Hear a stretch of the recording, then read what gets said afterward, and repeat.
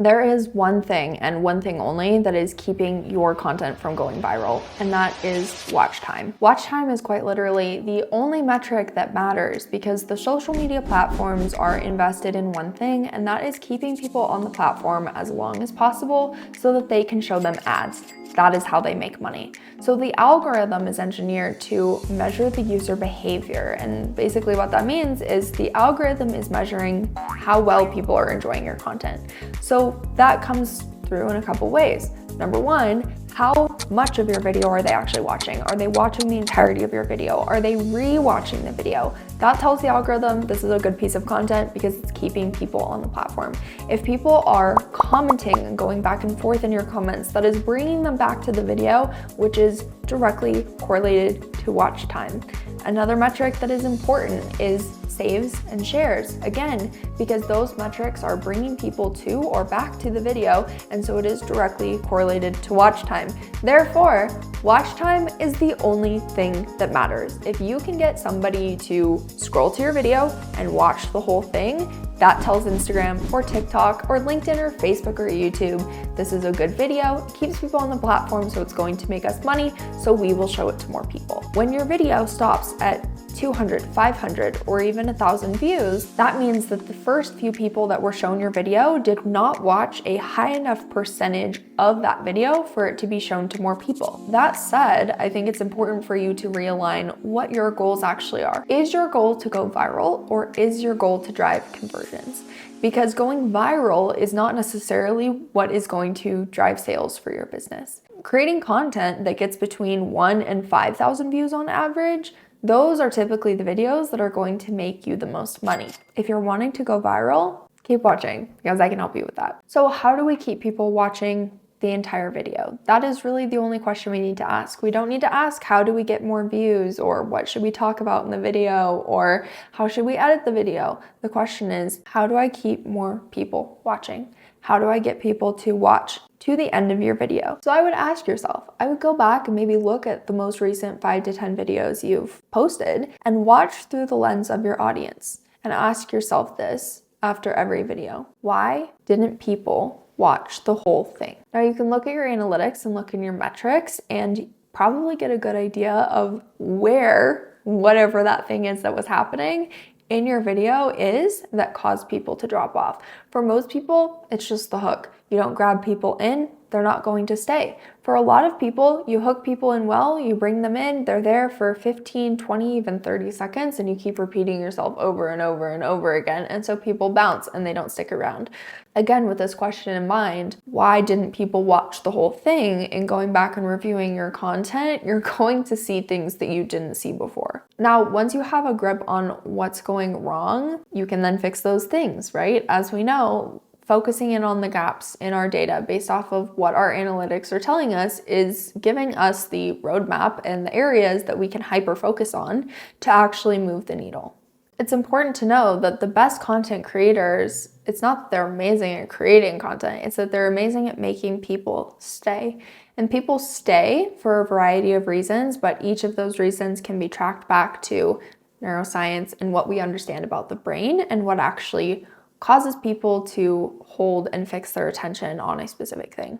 So the first thing that you need to understand about the brain is that we are constantly searching for dopamine. And so when you can create an open loop with your hook that is going to trigger a dopamine hit in your audience's brain, dopamine is the neurotransmitter that is responsible for reward and anticipation. And so it's a really feel-good chemical that is released in our brain. So when you can trigger that with your video, you are going to scientifically have people stay and watch your video. So the brain loves to bridge information gaps. It wants to close the loop. So the best thing that you can do with your hook is to open a loop and not close it until the end of the video. That is a surefire way to get people to watch the entirety of your video. So instead of starting out a video with, all right guys, today we're gonna talk about watch time, blah, blah, blah, blah, blah.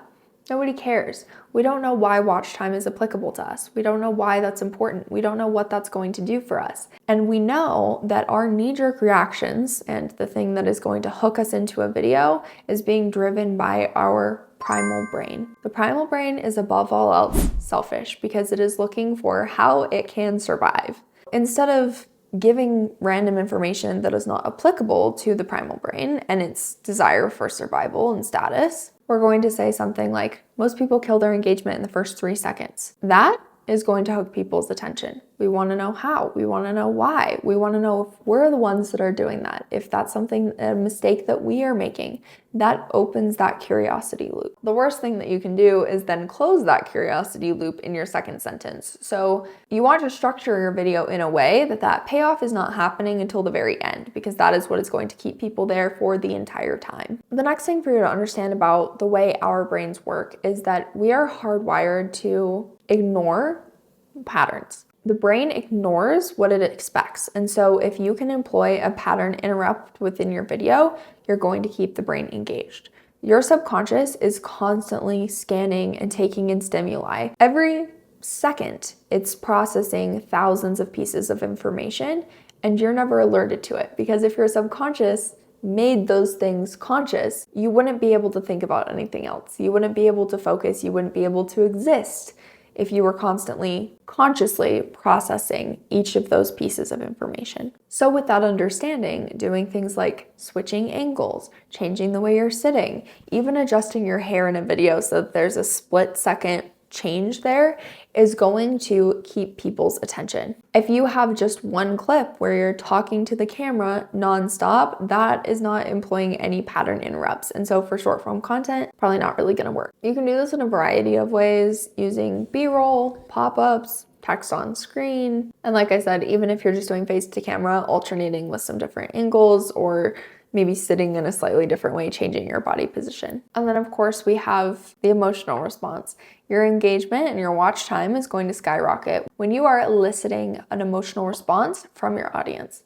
That emotion can be anything. It depends on the intention of your video. So when people feel curiosity, excitement, or a sense of urgency, that is what is going to trigger that dopamine. So employing storytelling as a form of anecdotal connection to create attention and a resolution, right? Just a very basic storytelling structure is going to be very impactful for you.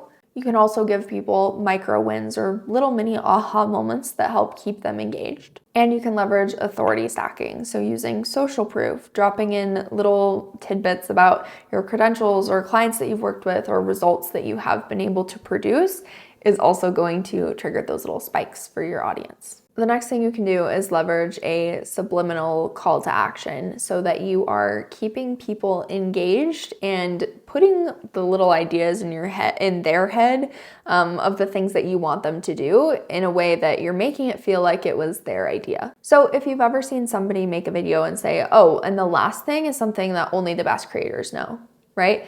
Subliminally, they are giving you a CTA to stay to the end of the video, but them giving you something that you want or telling you why you should stick to the end and kind of dropping that in your video makes it your idea rather than them telling you, hey, you have to stay to the end. Now, the last thing on this that I want to share is the idea of tactical controversy.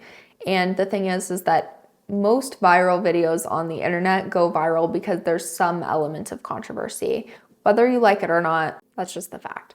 So even the videos that are not curated to be controversial, where it's not political commentary or people aren't posting a hot take of any kind, it's just someone existing in the world. Maybe they're showing a behind the scenes of how they run their business, or they're showing a vlog of their day-to-day life, and people latch on to these micro moments within the video and it becomes controversial. Why would you say that? Why are you dressing your child like that? I can't believe you're eating that, right? All of these little tiny things that might pop up in the video that are seemingly irrelevant, those drive engagement. Controversy drives engagement because it is one of the biggest things that elicits an emotional response from the audience. If there's something that people disagree with, they can't help but tell you about it. And so that is going to drive your engagement up, which is a direct correlation to watch time, like we talked about, which will increase the watch time of your video, therefore telling the algorithm that this is a good video, it needs to be shown to more people. So the thing is that the algorithm does not choose the winning pieces of content. The audience does. So when the audience watches the entirety of the video, when the audience engages with the video, that tells the algorithm that this is worth showing to more people. And so the only way for you to control that is to actually understand the psychological impact of the things that you are saying or doing in your video. If you can control your audience, you can control the algorithm. We know that the brain is wired to seek closure, and it cares a lot about novelty and rewards. And so if your content can trigger those responses within the brain, you are going to keep people watching, period. So again, looking at your last 5 to 10 videos, why did people not watch the whole thing? Was it the hook? What happened? Was it too repetitive? What happened? Did you not elicit one of these emotional responses? Did you maybe water down or sugarcoat what you were trying to say so that people wouldn't be upset? Those are the types of things that make a big impact, and it's the difference between 1,000 views and 100,000 views. Now, if you want to see some of these things in action, you can head over to my Instagram at kenda.laney. You'll notice that most of my content is not viral because I would prefer it didn't go viral. I focus more on conversion rather than virality. However, you can see there are videos on my account that have over 1, 2, 3 million views, and each of these videos employ these same tactics. So when I decide that I want a viral moment, or I have something important that I want to share with a lot of people, or I decide that I want to drive more visibility strategically at a certain time for my business, I'm able to employ these tactics for visibility. But virality isn't usually my goal. If you're looking back at your content and you really just can't tell what the problem is, I would be happy to have our team take a look at it. So if you'd like to book a free gap assessment, you can find that link down below, and our team will look at your account, look at what you're doing, your strategy, and chat through what those gaps are with you. Because highlighting what the gaps are is the only way for you to move forward and actually move the needle in your business. As always, be sure to subscribe to the channel and don't hesitate to DM me if you have any questions. Thanks for being here, and I'll see you in the next video.